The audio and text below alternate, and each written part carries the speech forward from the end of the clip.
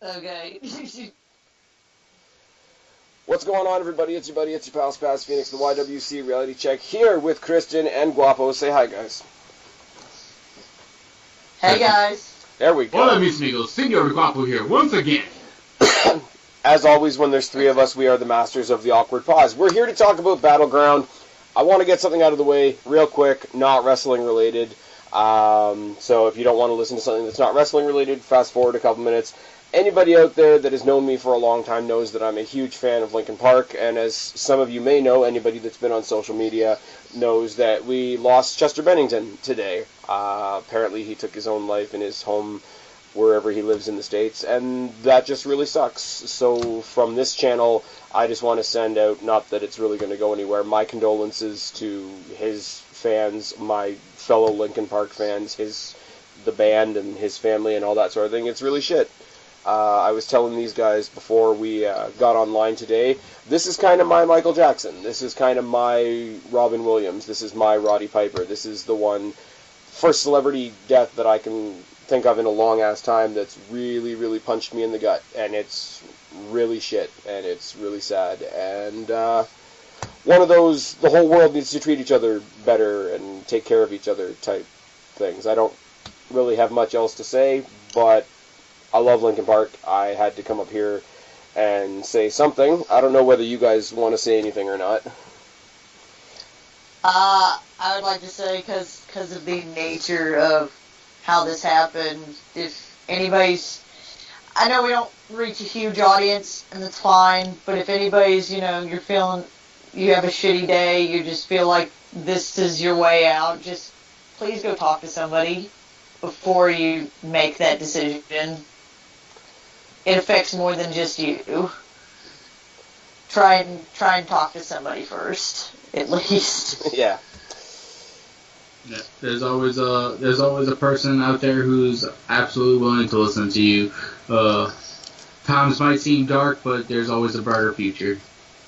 You're not the only one dealing with it. There are other people who are going to understand you. It may not feel that way. It doesn't even feel that way in the moment, but you just have to know it can pass. Yeah. And you're not the only one. It's a very final solution to what can be a temporary problem. Yeah. So I don't know how we bring the video up from there. If you guys are not to that level obviously, but if you guys are having just a bad day in general, I hope we're able to somewhat lift your spirits. I mean, we are a bunch of goofballs just here making fun of this pay-per-view. Oh yes. And talking about wrestling. Yeah. We're gonna try and bring you back up, and we're gonna talk about this shitty show. It's a SmackDown. But seriously, for anybody that is here and is one of those people that's like, I came here to talk about wrestling, not any of this other stuff. Thank you for giving me that 2 minutes and not hitting the off switch. And we're gonna try and re-rally and make some fun of this before we get to this shitty paper. Okay, first of all, did you guys see SmackDown this week? Yes. I Hot turned it garbage. off after the John Cena segment. Hot garbage, and that's all. But I got a couple of other... was. Raw and SmackDown were really hard to watch this week. We did get rewarded with a really kick-ass NXT this week, though. I will say that much. Once again, I haven't seen it yet. I'll tell you the card. No, I won't tell you what happened, but I'll tell you the card. Killian Dane versus Drew McIntyre. Ember Moon versus Ruby Riott. What the hell is his name? Danny Burch versus Oney Lorcan. And unfortunately, No Way Jose was there too. But it was a really solid show overall. So I said in my NXT review, when you sit through the other two shitty shows, NXT is your reward. I'd much rather be talking right now about TakeOver Brooklyn than this show. But yeah, but we gotta wait a little while before that. Yeah, we do. Yep. As I said, are you killing something? Sorry? No, Kristen, what are you doing? I'm peeling plastic that has sealed in one of the things that I use to make my pop vinyls. Already peeling out of plastic it. sounds better than what we're about to talk about. So let's move on to this. You know, review. okay. Here's you know what's That better. was an amazing segue. Thank you. I'm interrupting your segue. I'm pulling the batteries out of your segue and I'm parking it in my garage. What is a whole lot better than Battleground is the three of us sending our heartfelt congratulations to our friend OKFave, who just crossed the threshold of 3,000 subscribers. I can't think of anybody more. I can't think of anybody more deserving. He's been on this channel. He's joined us before for the tackle. Really good guy. If you are living under a rock and you haven't subscribed to OKFave, go check him out. A lot more fun and a lot more positive than I am about most stuff. I was about to say, you're saying his show's more fun than our show? He doesn't shit on... Not to me. That man has merch. Yeah, but he doesn't That's shit true, on he does things have as much merch. as I do. I'll give him that. Now, Kristen, when we talked about Great Balls of Fire, I did have to stop talking about the Raw pay-per-view to talk about one item on SmackDown when we talked about the rap battle between Usos and the New Day. Now, we're going into a SmackDown pay-per-view, and I have to touch on something from Raw. Will you guys give me this moment? Go ahead. Kurt Angle, Jason Jordan. I knew you were going to say that. Well, I would like to hear your opinion. We kind of talked about it on Monoxide's podcast. Go check that out. I would love to give you his channel name, but it's a really long channel name. It's like Monoxide 1, 2, 3, 4, 4, 5, 5, 6 or something like that, isn't it? Yeah, look up The link will be down in the doobie-doo. Maybe. It's the old school attitude. It's the old school attitude era Jerry Springer bullshit. They're trying to go extra edgy with it being a multiracial thing, which I don't think is cool. I don't like the child thing, because once you set a story like this in place, it's like you have to come up with some bullshit to get out of it. Like, I guarantee 6 months from now it's going to come out that it was a big scandal and Jason Jordan's going to turn heel and say that he was just trying to get money or support or something from Kurt Angle. They're going to do something stupid to get out of it. But that's not even the worst part. The worst part for me is that they broke up American Alpha for no reason. Okay, but here's the thing though. Like, if it was just American Alpha, I'd be okay, because they're two amazing wrestlers. Put one on each show, you've got an amazing wrestler on each show. But look at it for a second. Golden Truth. Okay, nobody really cares about Golden Truth. That's fine. Hype Bros. No one cares. Hype Bros. No one cares. Fuck off. Enzo and Cass. People care. DIY. I cared. DIY. I cared. And now, like, one of the best teams on the roster. Like, nobody's going to deny American Alpha has got to be, like, top 3 on the entire WWE roster. The only way this makes any sense is if they got something fantastic in mind for Chad Gable. I hope so. I'm optimistic about it because I feel like they've been giving Chad Gable the beginnings of a singles push. They had him fight AJ Styles and come pretty close to beating him. I'm excited to see. I'm ready for. I want the Ready, Willing, and Gable gimmick thing to come back. Yeah, but that was their tag team gimmick. Like they were saying that as a tag team. Well, it started before that. I mean, Chad Gable was doing that NXT when he was trying to convince Jason Jordan to be his tag team partner, and Jason Jordan thought it was, like, fucking ridiculous. And they kind of haven't done it as much since moving to SmackDown, since becoming, like, a SmackDown tag team. But I'm ready to see what Chad Gable can do by himself. But I think if you were going to break up American Alpha, I don't think it needed to be with this stupid, illegitimate child angle. How many of us thought it was going to be an affair with Dixie Carter? That's what almost everybody was saying. Well, it would have made sense because she was in WWE Studios for the Angle documentary, and then the very next Raw was in her hometown, I think. So all the pieces were there. I think they just wanted to swerve us. A lot of people are saying that this is the result of remember when Angle was fighting Booker T back in the day and he tried to attack Sharmell? That's super awkward. Yeah. Something that would never happen in That's WWE. weird. Also, considering Booker's not on commentary anymore. Yes, he I was is. gonna say that'd be weird. Yes, Booker he is. Is he on commentary? Where? On Raw. No, he's not. Booker T out. No, he's not. Yeah, is he on? he? where is he He's on Raw. commentary? Remember they drafted David Otunga to Raw, but then they moved him off to do a movie, and they're like, oh, Booker T's going to cover for David Otunga? That just never stopped. Okay. I think maybe I just Block him out? Booker T on commentary out. You know it's Booker T when a match starts, and that boy's going to go in there and do that work. Or something equally intelligible. Okay. Another thing, we're sort of veering towards talking about the actual pay-per-view. I would love to call this a match and make it part of the pick'em, but we don't know what it is. Breezango is going to crack the case on Sunday. Yeah, I had this written down when you gave us all the matches. I had 8 matches written down, but I didn't have Sami Zayn versus Mike, what's his face? Awful gimmick, but I'll get to that later. Mr. Maria Kanellis. Yes, I had Breezango versus and then a blank. Yeah. I don't know if it'll end up being a match or if it'll end up just being like a thing that they do on the pay-per-view. Okay. Guapo, do you have any ideas?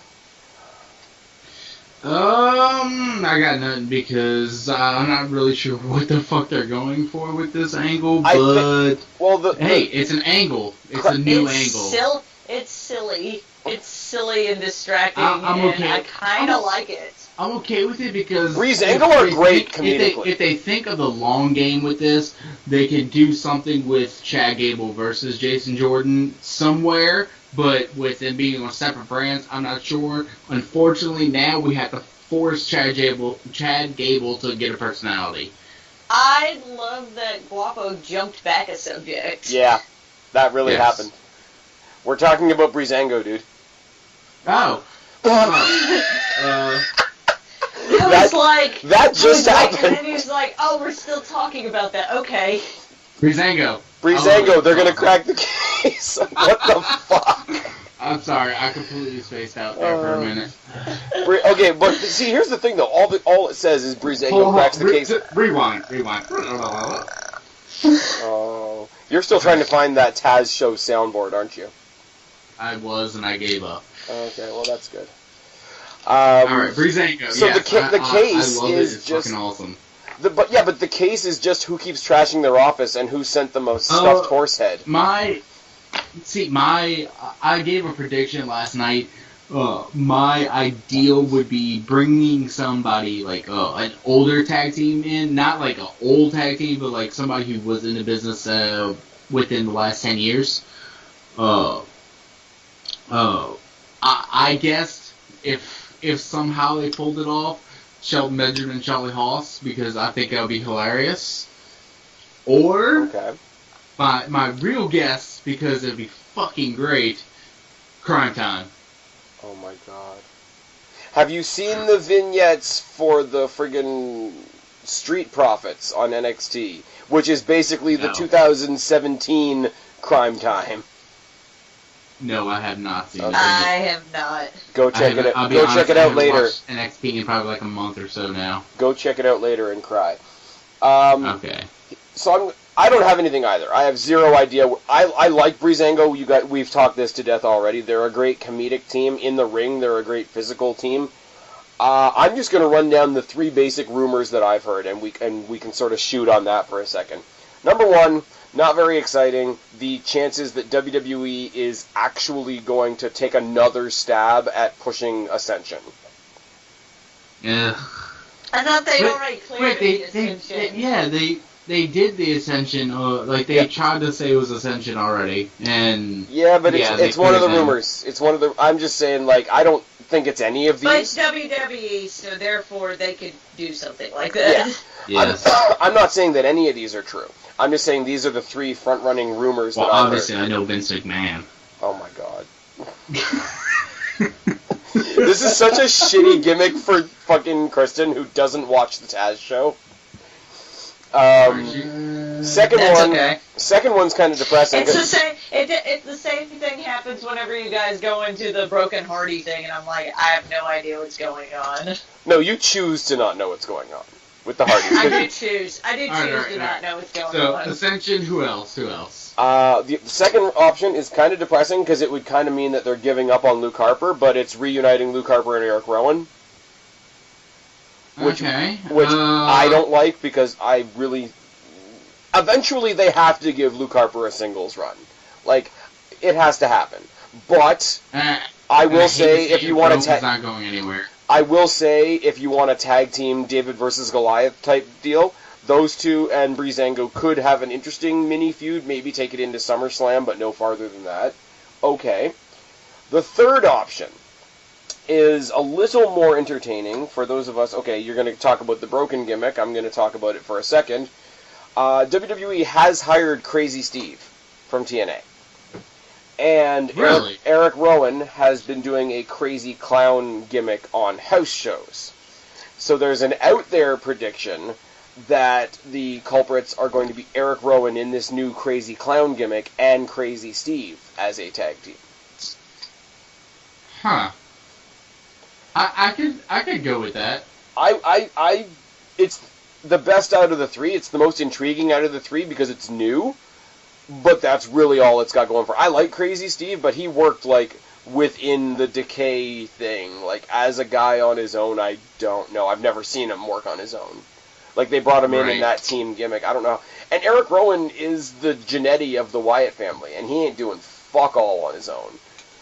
Yeah, and I doubt that they would start bringing up, like, Sanity already. So, and I doubt they would waste Sanity for a goofy gimmick like this. Well, Sanity's going to be getting a tag team title shot at TakeOver Brooklyn, so...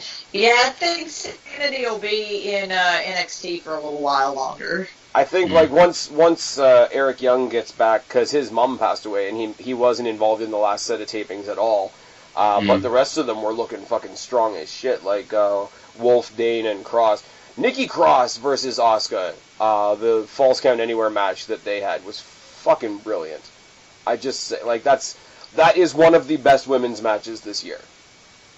So if they're going to bring back Eric Young and eventually run some sort of storyline, and I think, Kristen, you and I talked about this last time, with Sanity, they're going to run a gimmick where each one of them has a belt, and they're going to run NXT.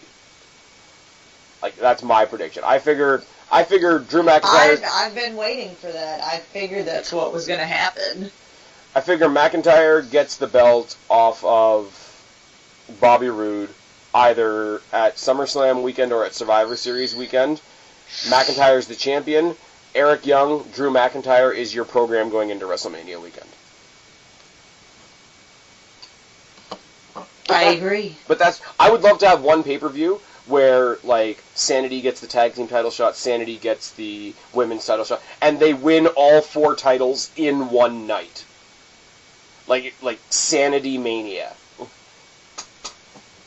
Again, like I said, that's kind of what I've been waiting for. I've kind of wanted, when it comes to Sanity, for them to get... I thought that was the whole point of their thing, was to kind of get all the titles at some point, but we'll see what happens. Nikki Cross, though.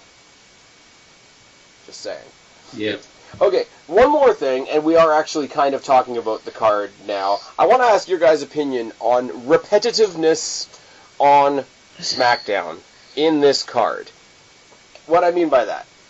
Orton versus Jinder. We're saying the same matches over No. Well, that's a constant thing. But I'm saying we got Orton versus Jinder because America. We got Rusev versus Cena because America. We got Owens versus Styles, which is kind of okay that it's because America, because it's for the American title.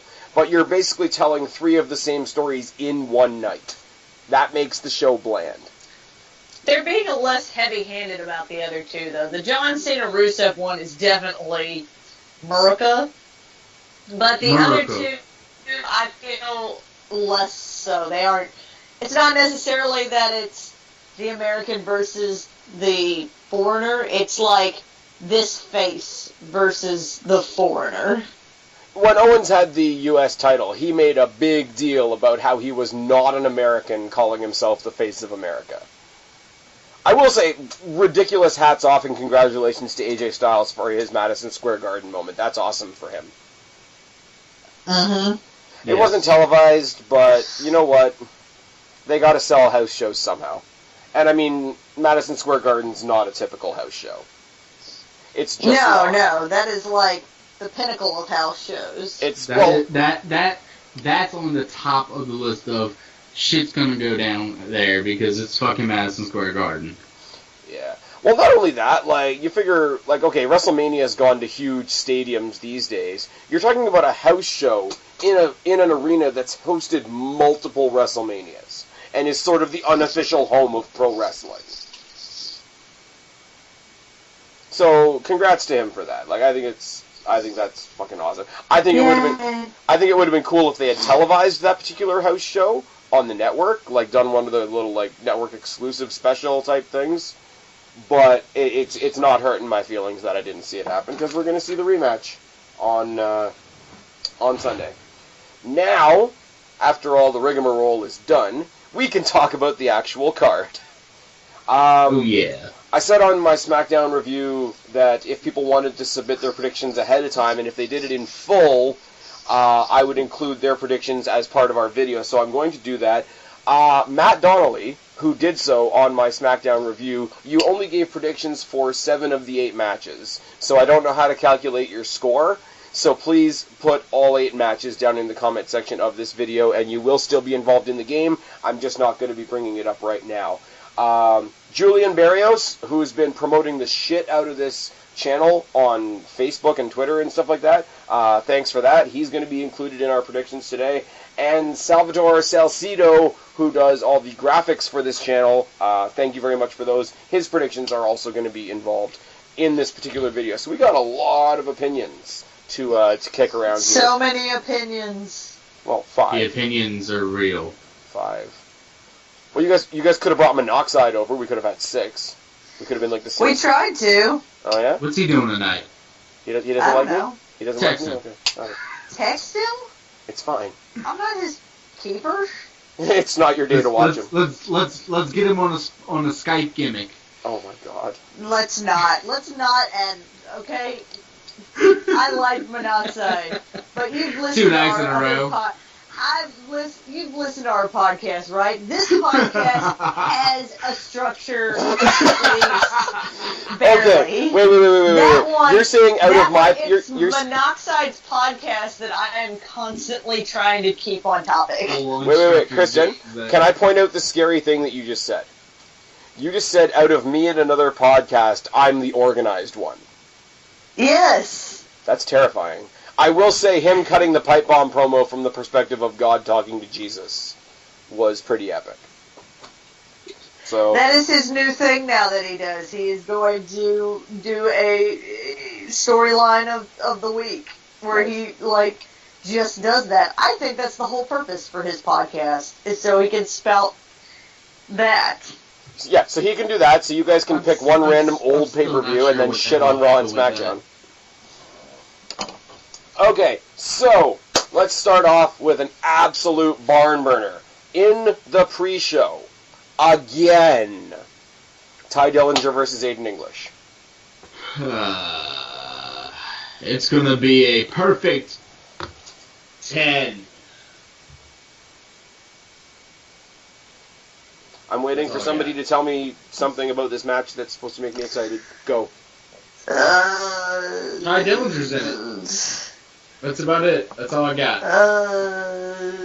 WWE knows that Dillinger is popular but can't write anything for him, so they stick him on the pre-show with English, who is... Yep, pretty much. Who also is not exactly popular, but, you know, he's there. He's a capable body.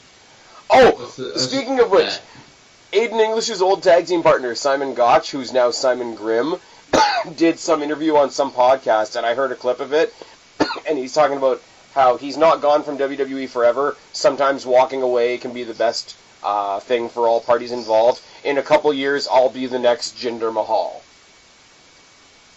Why is that something you want to aspire to? Because Jinder Mahal's the WWE champion right now. Now he's champion. Because he's on the juice. He's saying because he quit WWE, he's going to come back and be champion. He's delusional. Just a little bit. Let the man dream, damn it. Like, the fact that Dillinger's... You know what? Let the man dream. The fact that Dillinger's on the pre-show, like, actively pisses me off. I'm just saying. Like, I'm not saying throw him in a super important feud right away, but, like, put him in a low-card feud. Yeah. He's kind of been on the main roster since Royal Rumble, okay? I feel like it's time to be in a real feud now. And you know what? And we're going to talk about somebody else, and tell me what you guys think of this, right? There's two guys on SmackDown that are criminally underused. I would love to see them get singles pushes, but if you're not going to push them as singles, we do need more tag teams in the WWE. Sami Zayn and Ty Dillinger as a tag team. Yeah, I'd be interested in that, and also it gives them both something to do. Okay, I'll back it up. Okay, if you turn Breezango a little more to the heelish side of things, because right now they're definitely on the tween line, Breezango versus Sami Zayn and Ty Dillinger. Are they still going to do the Fashion Police, yeah, silly kind of gimmick? Yeah, keep them the way they are now, make them a little more underhanded. I think that could work. Like selfie stick nut shot or something. I think it could work. Selfie stick nut shot. Okay, so let's run down the list. I've got Dillinger at 3. Guapo, what do you got? I actually have Dillinger at 3 as well. I have Dillinger at 5. Okay, Matt Donnelly is not playing along because I'm missing one of his answers. Julian has Dillinger at 3 as well. Sal is going all in. Sal's got Dillinger at 8. 8. Wow. Oh, wow. 8? That's pretty good. That's He's pretty committed. Like, I'm just saying, he's saying his number one sure thing for the night is on the pre-show. That's a gamble. I got to give him credit for that. I mean, if you have a feeling that your sure shot is gonna happen on the pre-show, fucking take it. Oh yeah. Oh, I don't doubt it. It's just I can't believe we're invested enough in something or so sure of something that's on the pre-show, because pre-show by definition should be the stuff that we're a lot less invested in or sure of. But hey, all the chips are on the table. He's trying to win. He is in it to win it. Sal's got Dillinger at 8. Okay, from the realm of, we've got a pay-per-view this Sunday, so why the fuck did they do this on SmackDown? Sami Zayn versus Mrs. Maria Kanellis, or Mr. Maria Kanellis. I fucking hate this gimmick so much. It's the feminist dream gimmick, though. I fucking hate it. It's so awful. I'm not sure what to think about it anymore. I love the fact that I like the psychology behind the match, because Sami keeps fucking up their backstage promos, or he keeps interrupting them. That I'm perfectly fine with. I find that to be funny as shit. Awkward Sami Zayn is the best Sami Zayn. Yeah. I like Sami Zayn against them, but I hate this gimmick. Maybe I'm supposed to hate it. Maybe that's its whole point. Oh, you are supposed to hate it. It's a heat magnet gimmick. But here's the thing, and I said this on SmackDown, I'm saying it again here. I get the gimmick. Like, he's whipped. He's the beta male. He's the sidekick. She's the main event. I understand the gimmick, but it's just bad. And his jacket with the pink lips and the hashtags all over it, like, fuck me. And his tights have an outline of her in a bikini, and then lips all over it too. And a haircut like he lost a bet. Like, I'm just saying. I assume that with the gimmick, I assume that's how she likes his hair.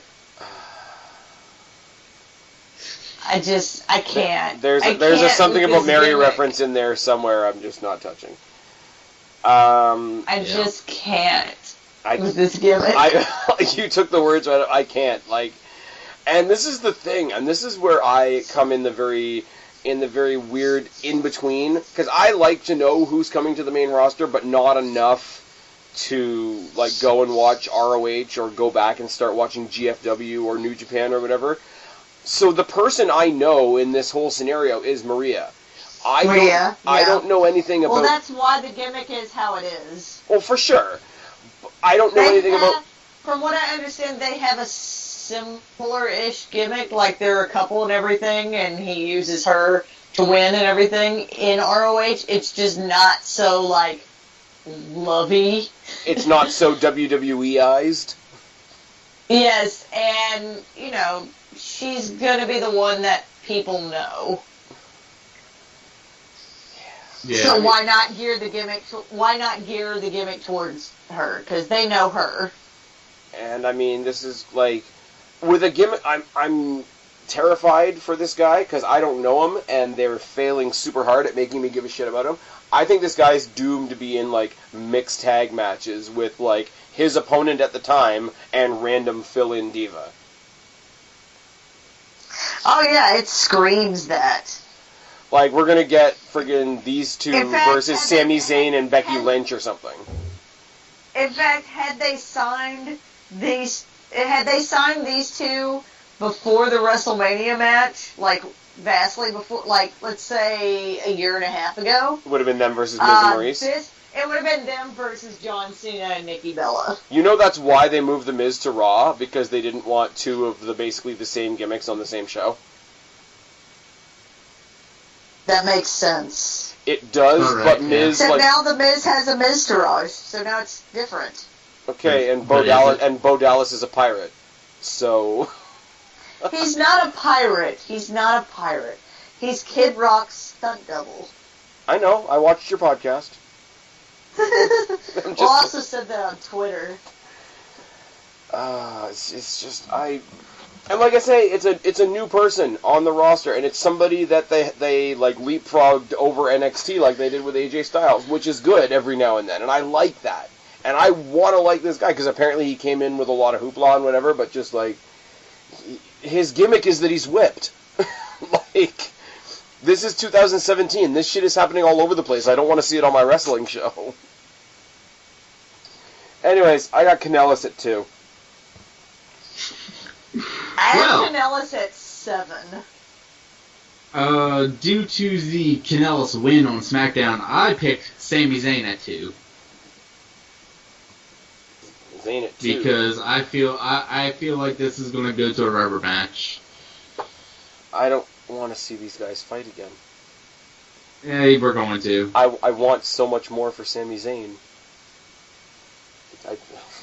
And that's not even me being a mark for Zayn. It's just like, this gimmick is shit.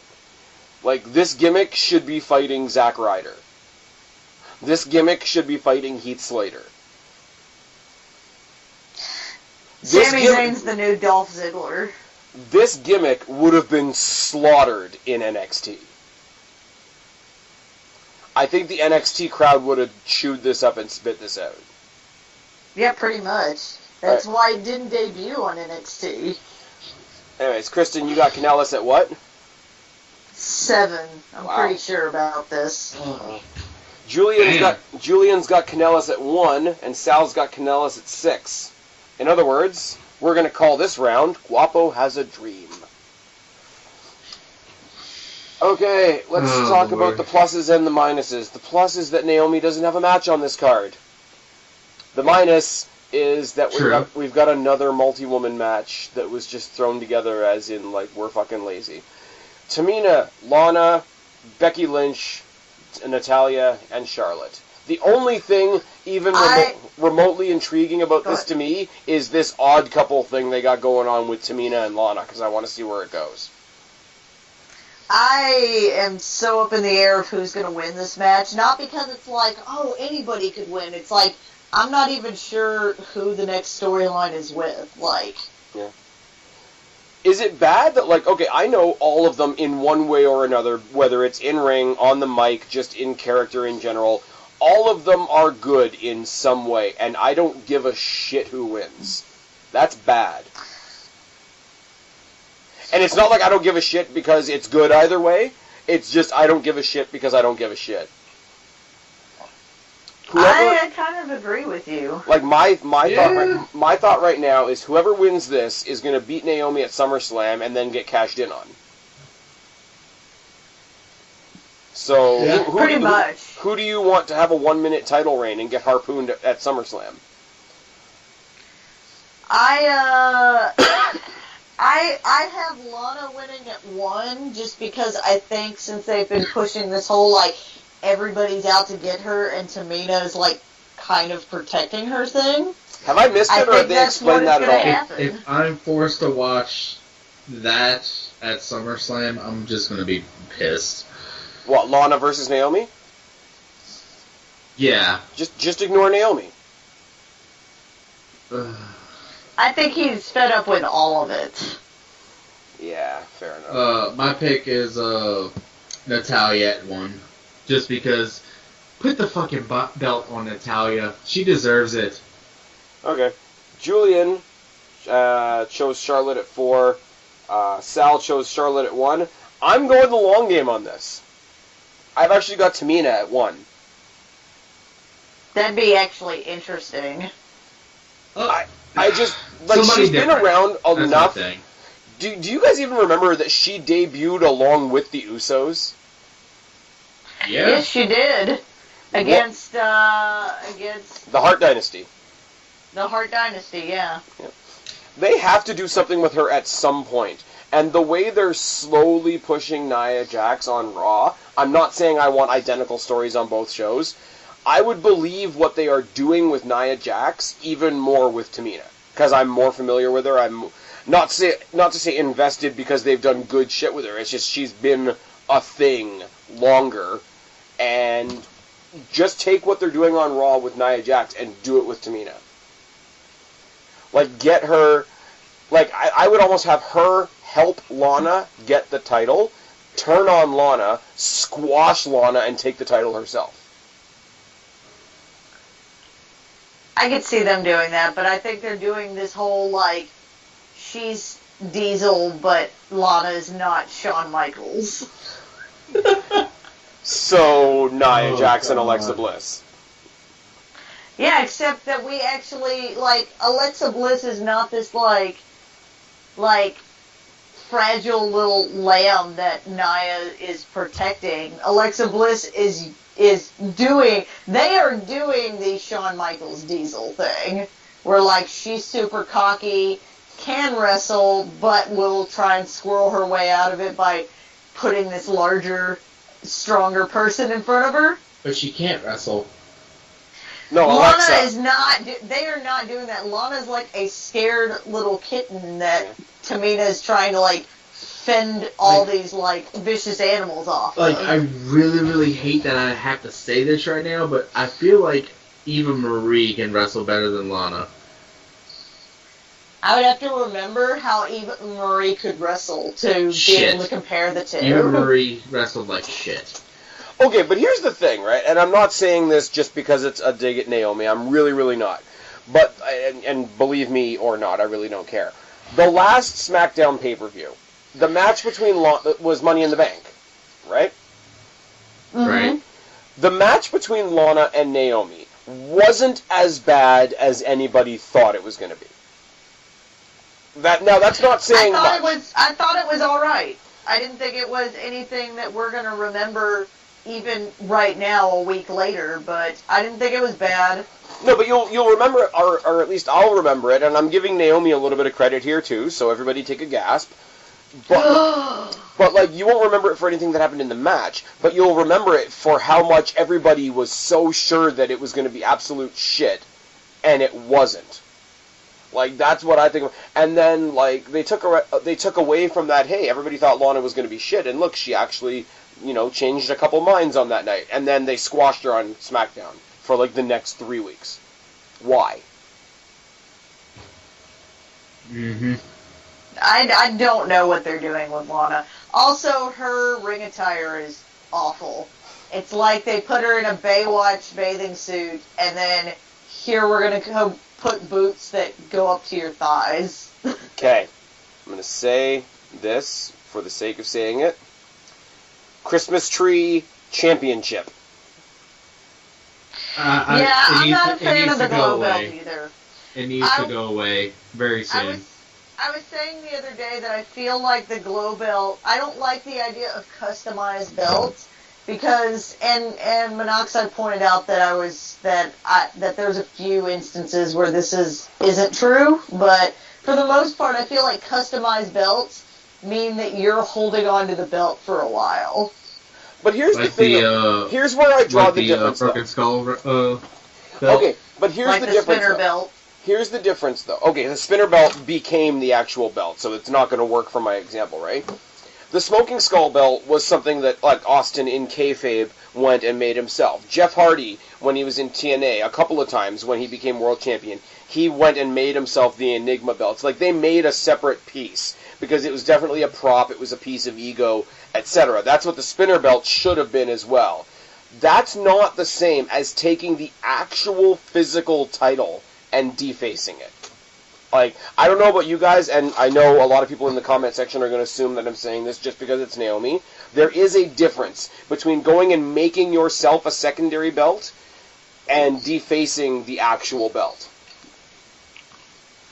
Yes. Because I want to believe, like, kayfabe-wise, while Austin was, like, dragging the Smoking Skull belt around, while Jeff Hardy was dragging the Enigma belt around and whatever, the actual belt was sat up on their mantle at home or in their shelf in the locker room, like, in some sort of area of prestige while they made this other thing. I assume that that's what's happened here, too. I assume it's not, like, the belt. I assume another belt was made. Okay, belt. Another belt was made, but the illusion is that she chinched up the women's belt. The belt. Okay. Like, I don't imagine that she has... I get what you're saying now. Look, so do you see what I mean between, like, making yourself a separate prop and modifying the actual title? Like, I'm sorry, you guys might not agree, but I draw a huge line between the two. I'm not a fan of the glow belt, and this is coming from somebody who likes Naomi and the gimmick and everything. I'm not a fan of the glow belt, but to me, the glow belt represents that WWE thinks that she's going to be champion for a while. Yeah. And I just don't like that shit telegraphed to me. Right. Maybe I'm wrong. There have been instances, Alex had pointed out the Rated R belt. Yeah. As being one where Edge had it, and he didn't have it for a long time. Right. But I feel like more times than not, if you get like some sort of custom belt, you're holding on to the belt for a while. And I just don't like that level of telegraphing. Let me be clear on this, right? I'm a big mark for the Hardys. The Hardys come out in sort of like that black light, off light type of entranceway. If the Hardy Boys become tag team champions again, and they take the belts and they spray them up with like a bunch of UV paint and shit, I won't like that either.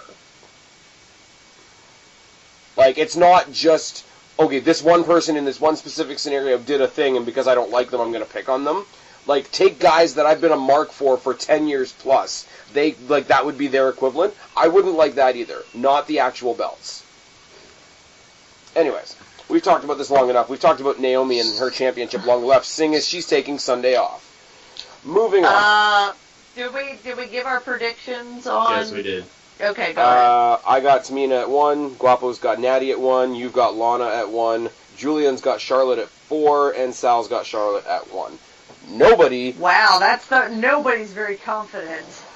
Nobody thinks nobody thinks Becky Lynch is winning, which I think is really funny, seeing Becky Lynch they still tout all the time that she was the first NXT Women's Champion. And she... SmackDown Live Champion. What did I say? NXT. Well, I'm an idiot then. There we go. Here's one that I think we're all going to agree on. Usos versus New Day. Guapo, you weren't here for the last video. What are your thoughts on the rap battle? Let's just keep it PG. And not rated all like your boy Xavier Woods. I was so dead. That shit was so fucking funny. She got arrested. Oh my god. Apparently the latest thing is she got arrested for assaulting Del Rio. Yeah, I saw that. It's fucking stupid. But yeah, the rap battle, there's some stuff with what's his name, Wale. I was just like, eh. Like when he said get out my didn't need range, to be there. I was just like, bitch, don't. Which is funny because they don't usually do the bullshit celebrity stuff on SmackDown. Right, but then again, I'm okay with it because at least Wale is an actual fan. Yeah. And he respected it enough. I mean, shit, the man was wearing a freaking NWO Wolfpack shirt. Yeah. You know, the celebrities always do better when you know they are a fan beforehand, as opposed to, like, somebody they just get. You know, this dude's just here for a paycheck. Can we talk about Hugh Jackman clotheslining people? Wait, what? Huh? Remember a couple years ago when they brought in Hugh Jackman because he was advertising one of the X-Men movies and they had him all spiked up like Zack Ryder, and then he tried to clothesline somebody, but it was basically him just like running back and forth on the apron. Yes. I don't. Maybe I blocked it out of my mind. Yeah. I don't know, the celebrity thing, like, it's not always a case of, like, who's a fan or not. Like, some people are going to pull it off, some people are not. Like, we had the Ball family on Miz TV. That was a not, for clarification. What? Did not pull it off. You said there's going to be some that pull it off, and some that are not. Well, old man dude pulled his shirt off and tried to scare Miz. Oh, my boy the Miz gets fucked a lot. I'm just putting that out there. I'm going Usos. I got Usos at 5. Like, New Day doesn't need the titles. I have New Day at 4, because I think it's just inevitable. But see, especially with how few tag teams there are right now. Well, that's what I'm saying, though. Like, there's only one thing they can do in that division right now, and that's give the New Day the titles. And if that's the only thing like, after that, there are no more other things. So if they're going to do it, they're going to do it at SummerSlam. They'll get their rematch, and then hopefully by that point we'll have some more tag teams. Yeah, I guess. I don't know. Exactly. I would say, like, move up Heavy Machinery to SmackDown, but there's not that many tag teams on NXT either. Heavy Machinery versus the New Day would be hilarious. Agreed. I'm just saying, they look like pylons, and the other ones are dressed like unicorns, and it's just bleh. Anyways, Guapo, what you got? I have let's see, sorry, I just clicked out of it. I have the New Day at 6. Just because just because I'm feeling they're gonna want to do a little title change. Also, if you go on WWEshop.com right now, look at the title belts. The New Day have a specialized tag title belt. Are you talking about the baby blue one with the unicorns and shit on it? Yes. Yeah, that's been there for about a year. Still, because I saw it yesterday, that's what's happening. That's your big sign, eh? Yep. It's a sign. That's a sign. Because Vince McMahon told me so. Vince McMahon told me to like it, so I'm gonna like it, damn it. There you go, I watch your fucking podcast. Thank you, sir. Everybody, in all seriousness, all 4 episodes are going to be tagged in the description box below of this video. Go check out these guys in Monoxide and Square Circle Breakdown. They do some hilarious shit. My hat is off to you guys. That thing's off to a great start. Hopefully. It is, if you would like to listen to a podcast that is an hour and a half of me trying to keep Mono on topic while Guapo tries to encourage him to get off topic, then this is the show for you. I do not encourage him to get off topic. You encourage his behavior. You sound like an admonishing mother. I'm just saying. You appease him and encourage his behavior. Oh my. Moving on. Alright. Match that could be one of the better matches of the night, but I I feel like that sound represents this whole show. Shinsuke Nakamura versus Baron Corbin. I think it'll be a good match, but I don't care, is the problem. I don't care who wins. It has no stakes. I have no question in who's going to win. I have no question in who's going to win. Like, the whole thing is Nakamura's not Mr. Money in the Bank, and Baron Corbin is why. So he's got to get his receipt for that. And that's about it. And I know where Nakamura is going after this. We're going to talk about that later on. But, like, as much as I like Baron Corbin, first of all, Nakamura is not losing. And when you win Money in the Bank, you lose your way to the title. Which sucks. Pretty much. You don't, because any match that you're in doesn't have stakes anymore, because it doesn't matter if you win or lose or whatever, you're still walking away as Mr. Money in the Bank, therefore you still have a title opportunity whenever the fuck you want. Unless they do one of the few things where they've actually put the briefcase on the line. Yeah, that's what I was about to say. I think Baron Corbin, being the cocky asshole that he is, at some point, or right before the match, he'll say, I'm going to put this on the line tonight. That's not happening. You never know. I don't believe so. But but here's the thing, though. Nakamura's not losing. Exactly. Nakamura's going to win. And Nakamura doesn't, as much as we want success for Nakamura, I don't want Nakamura to have the briefcase. Like, he doesn't need it. So, like, I don't think it fits his character. Yeah. It would be just a dead weight for him to carry around if he did have it. But, I have Nakamura at number 5.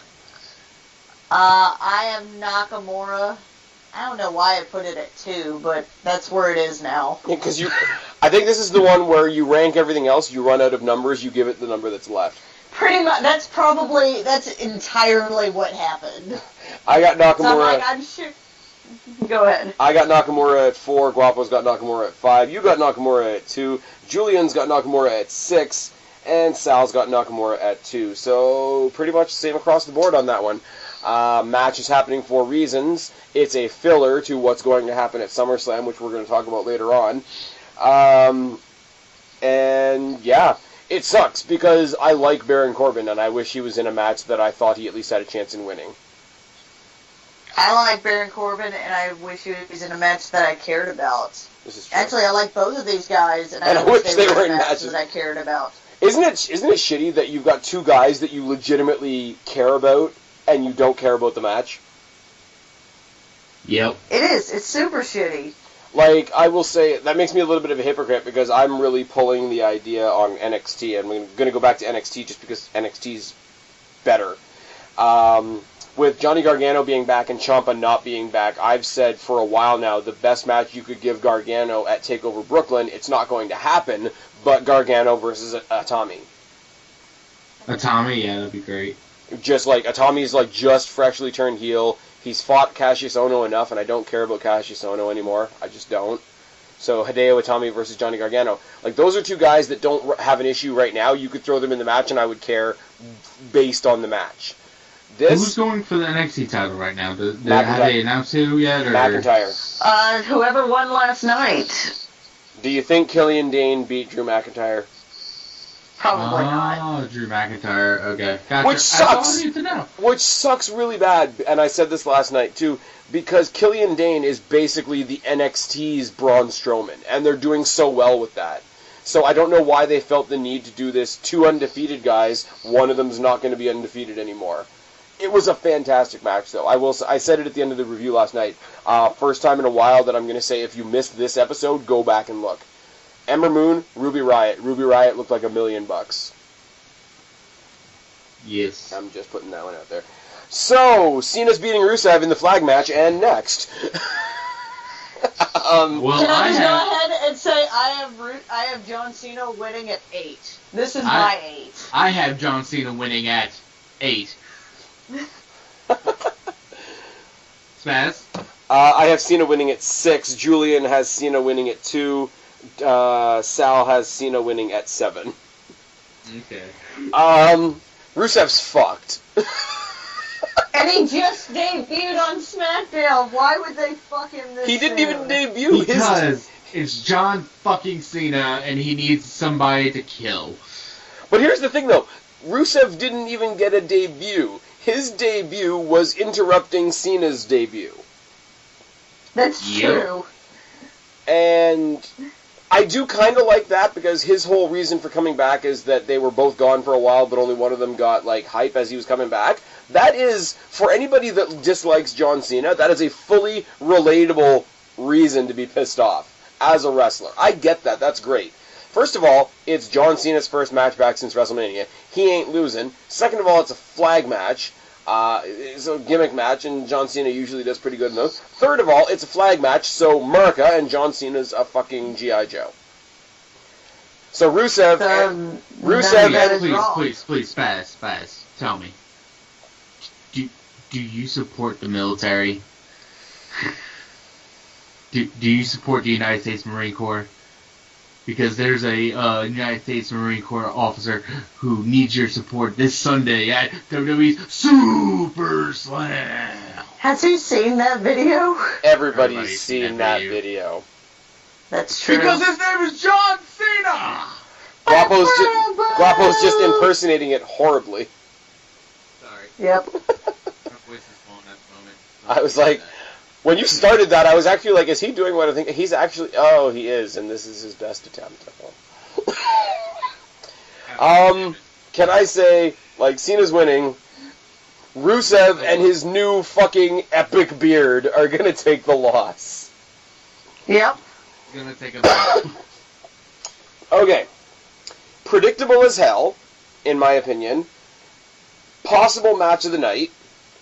United States Championship rematch, AJ Styles versus Kevin Owens. Yes. This is one of my ones I had a hard time picking. I don't know why I have it ranked so high, but You guys go first. AJ Styles retaining at 6.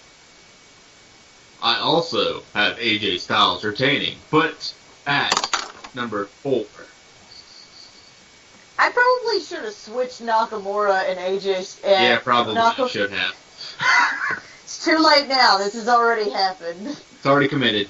But yeah, definitely see AJ retain. There's not a real purpose for Kevin to win over AJ. I really feel like they could probably use Kevin someplace else in the shuffle of SmackDown right now. So. Yeah, because this is not nowhere going to be bad for Kevin not to have a title on him. I mean, he is a prize fighter without a prize, but still. I'm waiting for Kevin Owens versus Randy Orton for the WWE title. That's what I don't think Randy Orton's going to have the title anytime soon.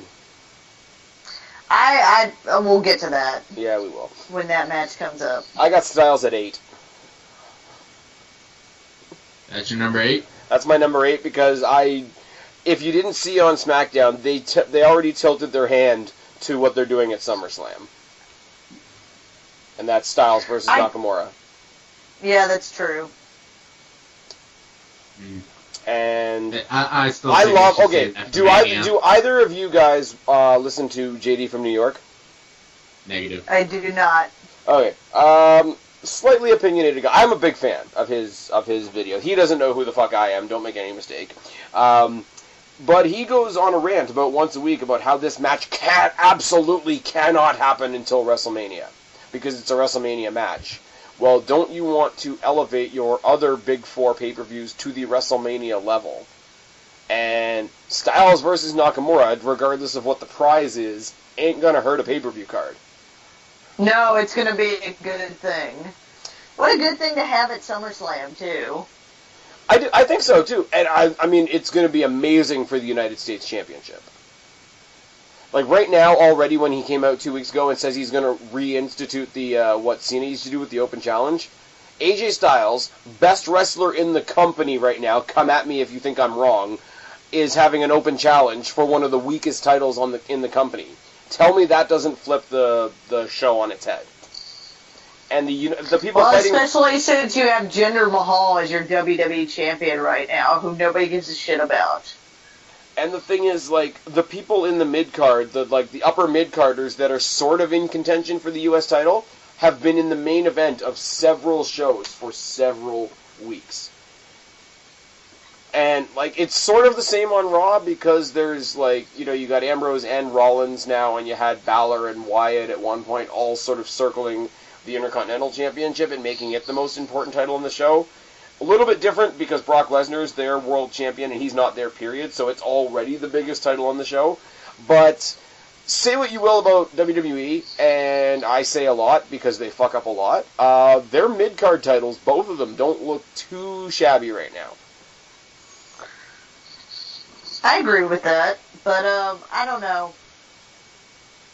I had a thought, and then my hamster fell off its wheel. It happens. The wheel needs to be greased and the hamster's dead. Anyways, I got Styles at 8, Guapo's got Styles at 4, Christian's got Styles at 6, Julian's got Styles at 7, and Sal has Styles at 3. So another sweep across the board. The only bummer of that, and I know I'm going back to this quite a bit, because this is a match that I am actually looking forward to. It's a bummer because I have zero qualms in my head that I already know who's winning. That's the only bad thing I can say about it. And it's the same thing. Now it's just what number you ranked it at. Pretty much, yeah. But at least it's not the women's 5-way match where I just don't care because I don't care. That is true. And the main event. At least it's not that. And the main event. Somebody. Kristen, Guapo. Yes. My friends. I Yes. have a heavy task for you. And I don't want you to take this task lightly, okay? Okay. Guapo, okay? Yeah, okay. Make me care about this match. What you're saying is you want me to make you Impossible. care about this match. Yes. Challenge accepted! I got nothing. That's impossible, because I don't care about this match. This match is between the son of a cowboy, Randy the Viper Orton, and the modern-day Maharaja. You really sounded like you were going to spit there. The super juiced up. You have to get the phlegm in the back of your mouth to say Maharaja. The super juiced up WWE champion. Yep, the guy who is hitting the juice harder than the juice ever hit him. Hey, the juice just got out on parole today. Yeah, we fucking 9-year sentence for fucking gun charge and he killed people. Whatever. All right. You shuffled over that super quick. That was a statement. The dude needs to be in jail. He doesn't need to be out of jail. I don't care if he's a good person. I don't care. You committed a crime. You're a celebrity. I don't give a fuck. You should be in jail and rot. If the sparkly belt fits, you must not acquit. The fact that... Okay, we're going to have to get off of a tangent right here because... Alright, there's so much evidence that pointed that he did it. So much.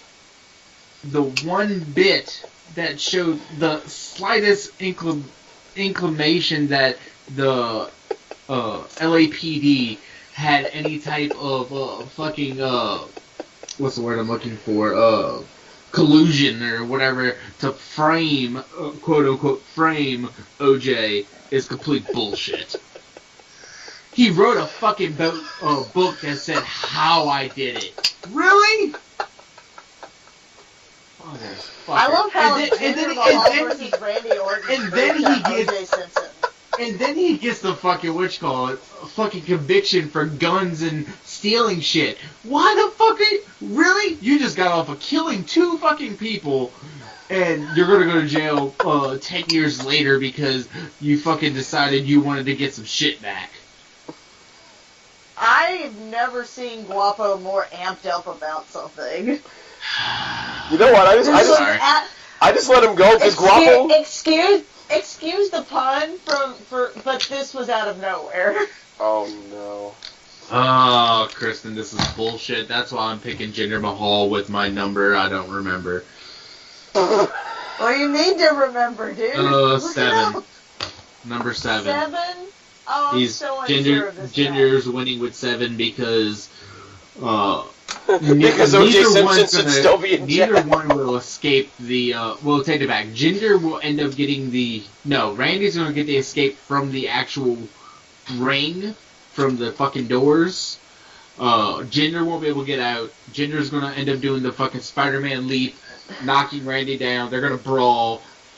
Singh Brothers bullshit. Yada yada yada. Jinder wins. Singh Brothers are crash test dummies. Jinder wins. Basically.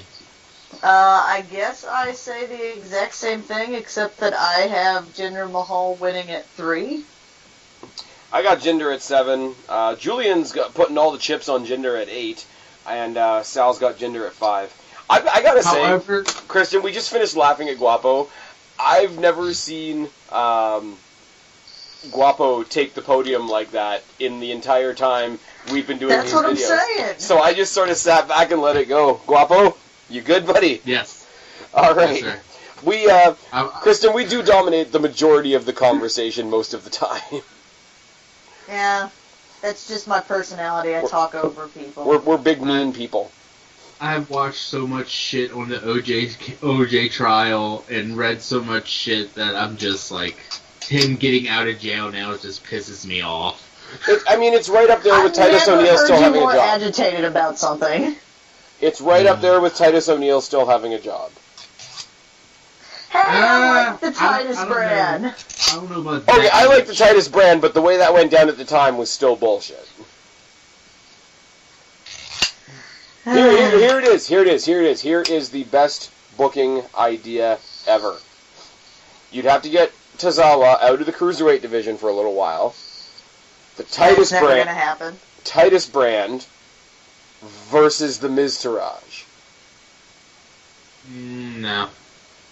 The only reason I say that is microphone work between the Miz and Titus O'Neil. I had something similar. I don't have him against the Miz Taraj, but I definitely have Titus O'Neil, who's managing Apollo Crews versus the Miz, going for the IC title. I watch your podcast. Oh yes, yeah, that's true. Remember, Kristen, he cares. I do care. I know. But, okay, but imagine people like that watch this podcast don't watch the other one because the other one is shenanigans. Imagine look, Bo Dallas, the friggin' pirate, taking on. Like, imagine they're building up to this 3-on-3 match at a random pay-per-view. But one day on Raw, they put up the purple ropes, they make the pirate Bo Dallas lose a bunch of weight. He goes in there, he starts telling everybody to Bo leave, and friggin' Tozawa just starts doing that bark thing that he does. And Bo Dallas tries to... That sounds ridiculous. It sounds kind of good. I want to give a preface and a fair warning to our other podcast. If you're listening to the backlog, we have now 4 episodes up.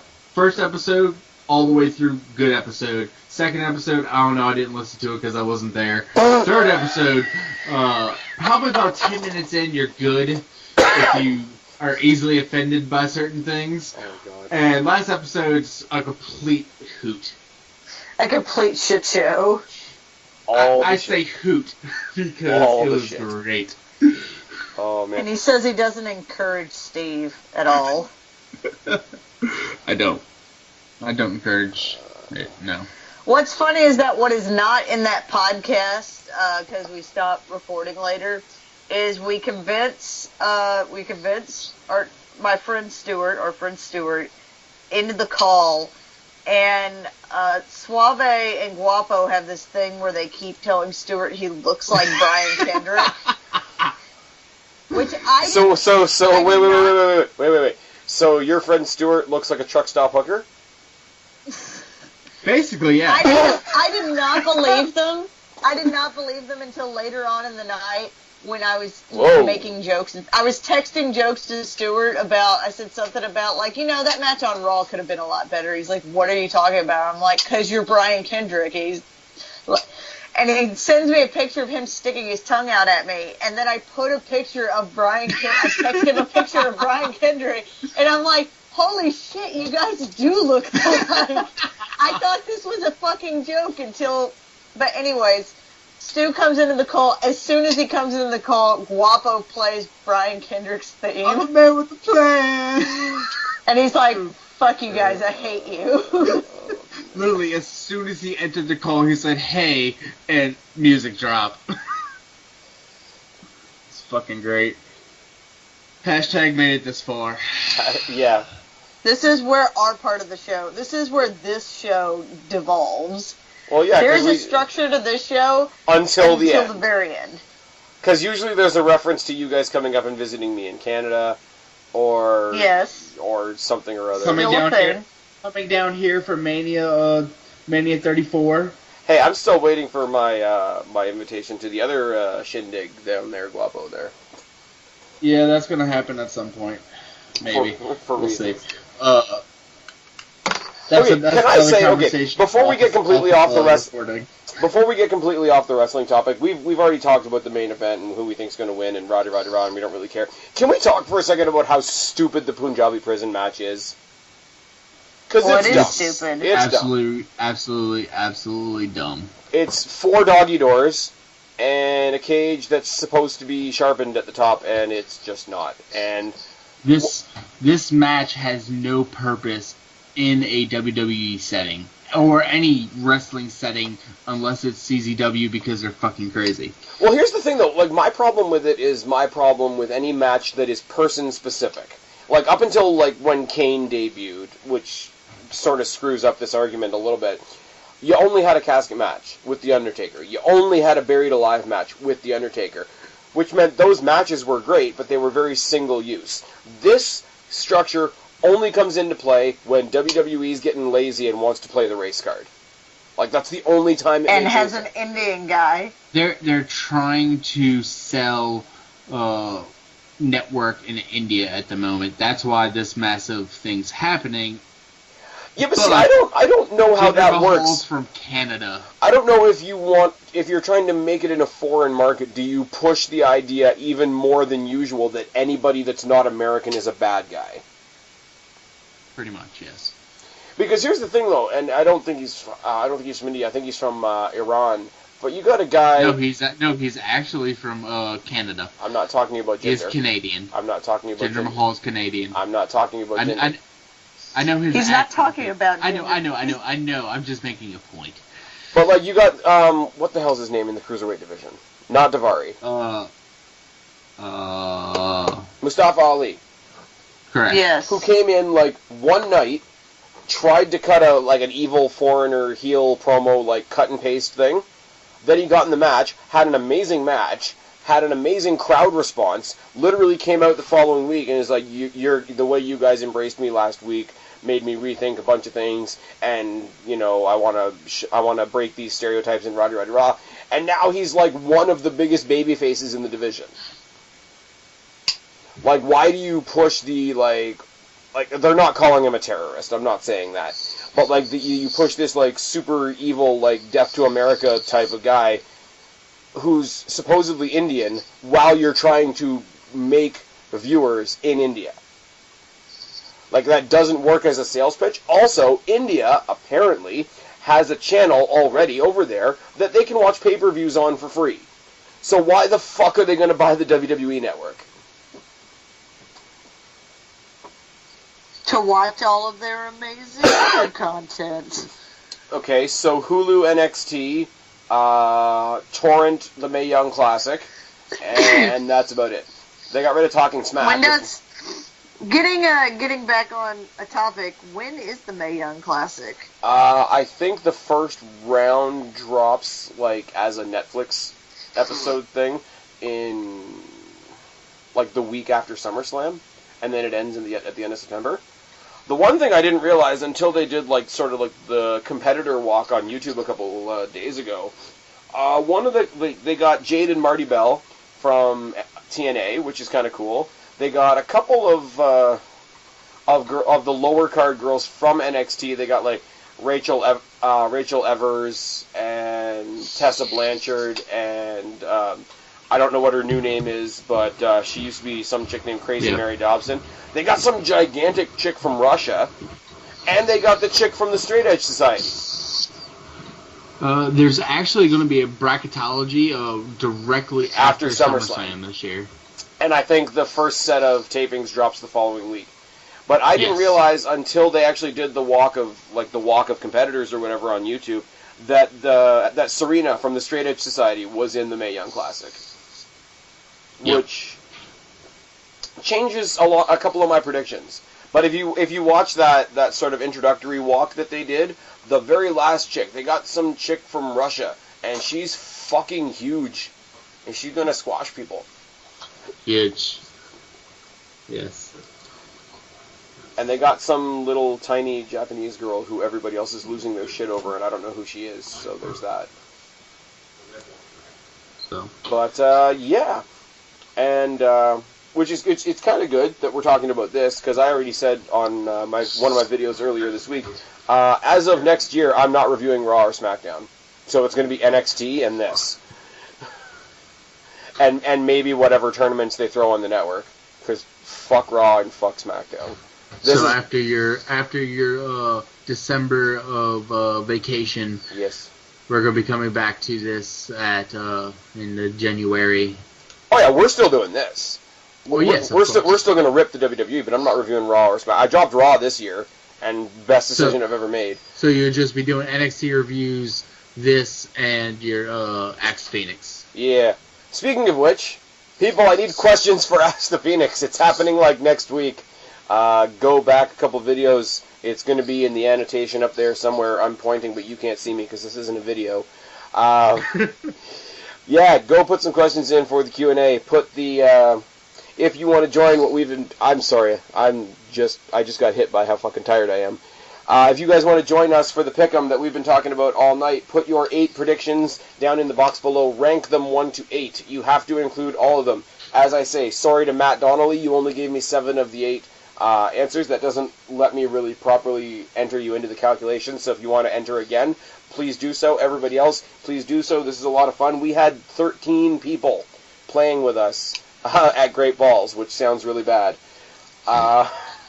Thank you guys, as always, for joining me. This has been a lot of fun. Glad we got Guapo back this time around.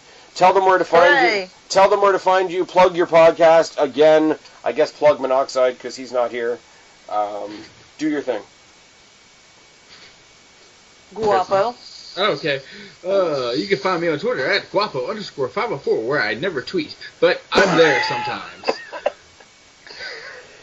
You can find me on Twitter at BlackCatFeline. I tweet more than Guapo does, but still not much. Extensively more.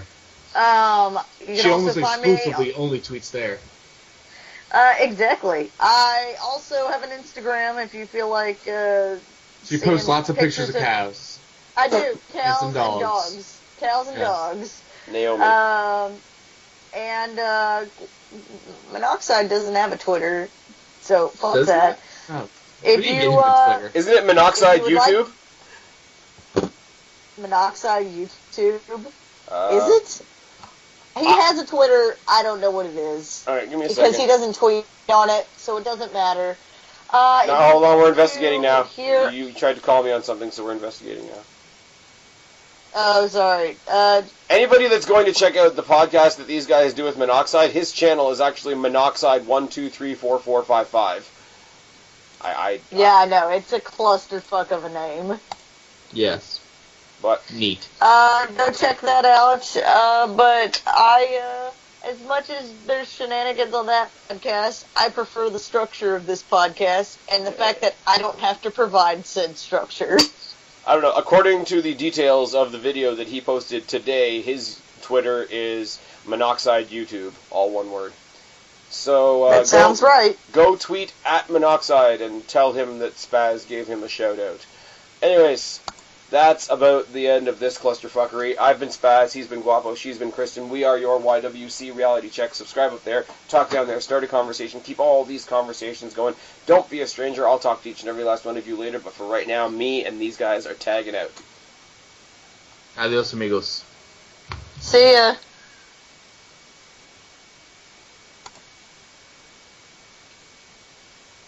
Are we clear?